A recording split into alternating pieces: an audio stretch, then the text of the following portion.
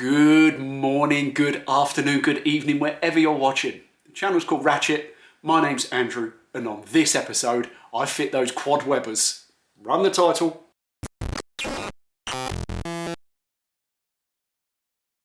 Welcome to the channel if you're new. If you're not, welcome back for yet another episode. For those that are new to the channel, make sure you click up there and check out all of the previous videos that I have released. Now, coming up in this episode, it's one that I've certainly been waiting for, and that is I am going to finally get round to fit my quad 48 Webbers. Now, I've had these sat upstairs in the loft space for over a year now, just getting the right time to be able to get them onto the car. Now I've ironed out the majority of the teething problems, it's time to get these bad boys on and make it that real sort of icing on the cake. Now, alongside fitting these Webbers that have been supplied by Webcon, I have one of Tornado's newly released turkey pans. Now, if you don't know what one of those is, then I will explain a little bit later in the video. So I think without further ado, let me get you caught up to speed with where I stand at the moment, and then we can get down to the fun stuff.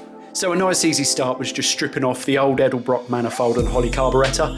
I've already cleaned the mating surfaces of the block and any residual sealant around the water jackets on the cylinder head in preparation for trial fitting the new manifold. So what is a turkey pan? In essence, it's a heat shield. It protects the carburetors from the hot engine and manifold temperatures. Now, to do that, the shape of it does look exactly like the name implies. But what is unfair on the actual kit that Tornado makes is the level of R&D and intricacy that this bottom plate in particular needs to be able to fit to the manifolds and the carbs absolutely perfectly. So the first thing I did when I received these beautifully unmarked virgin parts was just take a Scotch-Brite pad to it to give it the satin finish that I've given to all of the other aluminium parts on the car. Assembly of this won't actually take place until a little bit further down the road of the installation. I need to get my new inlet manifold on and a few other little bits and pieces. So this will have to sit patiently in the background for you to really see how it all comes together at the end. Now, I have done a video already on the unboxing of my carbs. What I have done since then is actually separate the carburetors from the manifold to make installation easier. I need to check a few clearances that I'll get onto a little bit later. So here you can see this is a Blue Thunder manifold, which is generally regarded as one of the best that you can fit. So I'm pleased to actually have that as part of this kit. And then here are the quad IDF48s that come pre-plumbed. You can see the linkage there in between the four of those. I wanted to remove this in one piece so I didn't have to worry about disrupting the linkages and the adjustments that have already been made at this stage.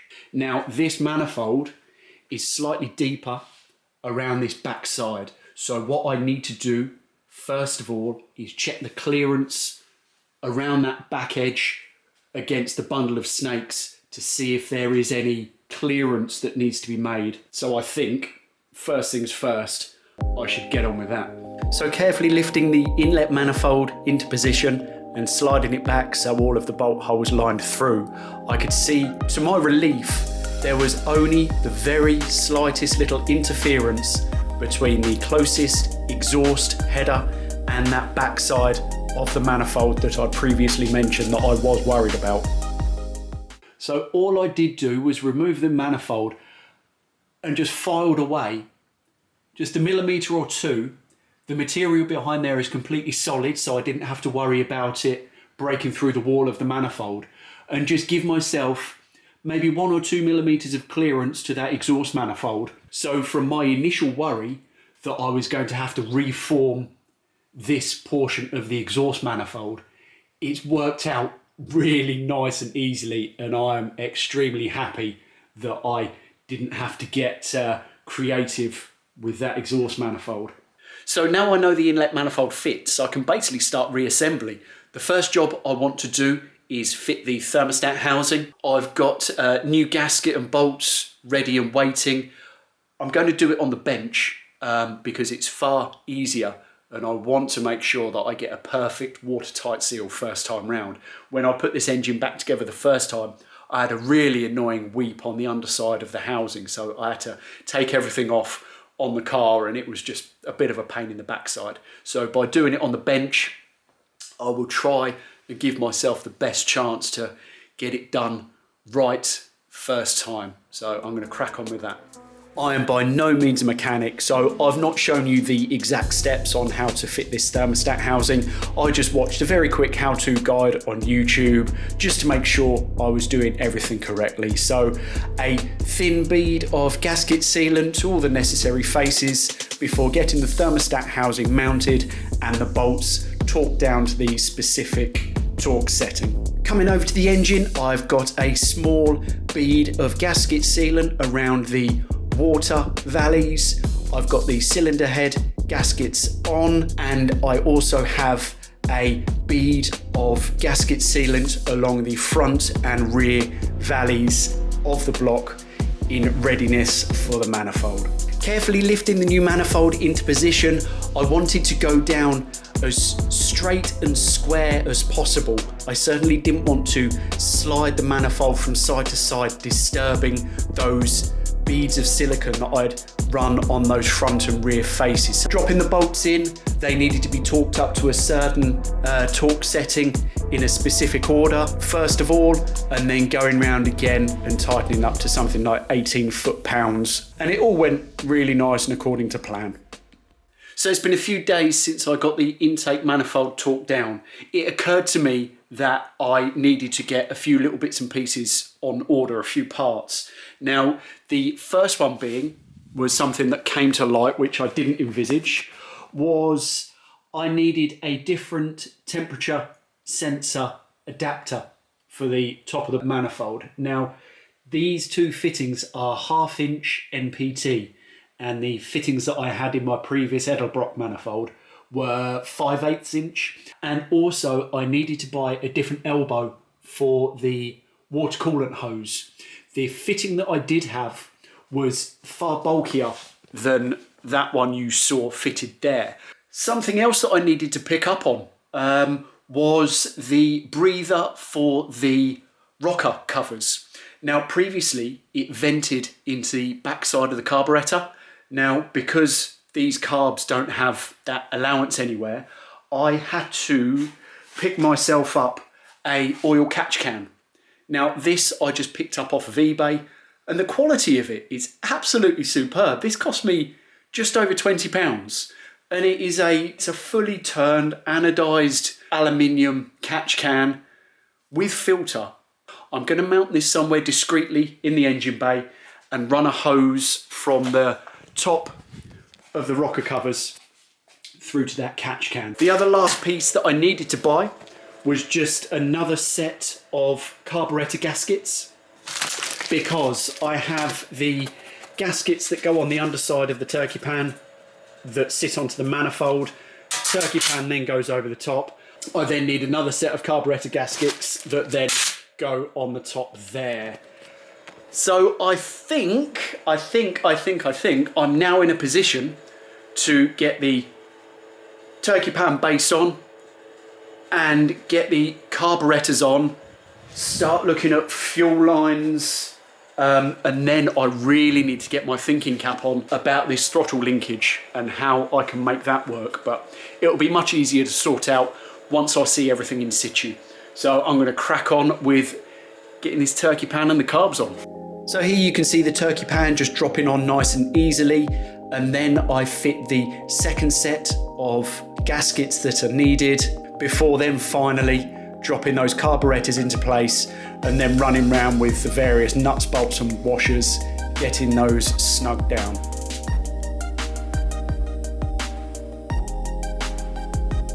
So now I've got the carbs on, I obviously wanted to drop down the back and take a look at how amazing they looked through the rear window. But when I did drop the back down, if you can see through the very dusty rear screen, the sides of the carburetors hit on the cutout in the rear clam. I think what I'm going to do is just create little relief reveals so they then fit around those bits there. And it may lead on to it actually hitting somewhere else. So it's one of those things, take care of one problem, see what crops up next. I knew things were going too well. I've got the rear clam trimmed, so it now closes around those carburetors. After that, I thought it would be a good time to put the turkey pan sides on to see how it started to all shape up. And that's where I have run into quite a substantial problem. And it's one that possibly naively I didn't see coming. So it's taken me a little bit by surprise, and I'm still not 100% on a plan of action of how to work around it. Let me explain what's going on. So here we go, we've got the turkey pan mocked up and it looks superb. It really does look fantastic. There was a couple of alterations that I needed to make, which I will pick up with you actually while I think about it. The adjustment screws that you can see down there, they run along both sides of all four of the carburetors. They were touching the sides of the turkey pan. So what I've done is I just marked out and then drilled some holes, which then allows me to get screwdrivers in from the outside to make any adjustments necessary to these screws on the carbs. So that was something. That was no big deal, and that's not what the problem is. Now I've got a pan on, I went to lower the back, and you can absolutely see where this is going. So lowering down, and that is sat on the turkey pan. And you can see the clam still needs to come down probably 10 centimeters, 4 inches. If we come down at this level, you can see that the pan is parallel with the top of the fuel rail. But from having the clip down without the turkey pan on, the rear clip comes down to about here. So it's looking like I'm going to have to cut possibly half the height and then taper it out, running up to the front. I don't really see what other option I've got. Because this turkey pan, I understand, is based on the original drawings, and I think in the original cars, the engine sits incredibly low, which would then give the necessary clearance to get the pan clearing at this height. So that's basically where we are. I'm still umming and ahhing about what to do and how best to do it. I don't want to rush into anything, but I'm going to get my thinking cap on a bit more and try and come up with a plan and keep pushing forwards. So after countless hours of trimming, trial fitting, tweaking, and small little modifications here and there, I've now got this turkey pan fitting absolutely perfectly. Well, perfectly for me, anyway. So the height of the pan has been reduced slightly, I would say by 25 to 30 millimeters on that back edge. It then tapers up to pretty much its full height towards the rear bulkhead of the car. So it now closes up beautifully to the underside of the rear clam. While I was going through all of this additional work, I have made some further tweaks to the bottom of the turkey pan. I have port matched the holes in the pan to the inlet manifold, just so there is no restriction in air and fuel flow through those. I've already covered that I added the holes up the sides, and finally there was a couple of small little pieces that I needed to trim out that was restricting the joining linkages of my carburetors, but now it just leaves me the final job of getting the carburetors bolted on.